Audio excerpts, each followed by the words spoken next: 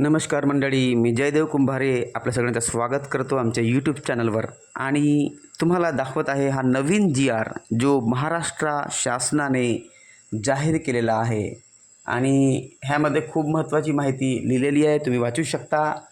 कारण ही माहिती जी आहे ही दिव्यांग सक्षमीकरण विभागाकडून देण्यात आलेली आहे आणि महत्त्वाची माहिती आहे मित्रांनो, म्हणून तुम्ही वाचून घ्या GR. आणि आवडला व्हिडिओ तर सबस्क्राईब नक्की करा, लाईक करा, हाईप करा आणि कॉमेंट करा.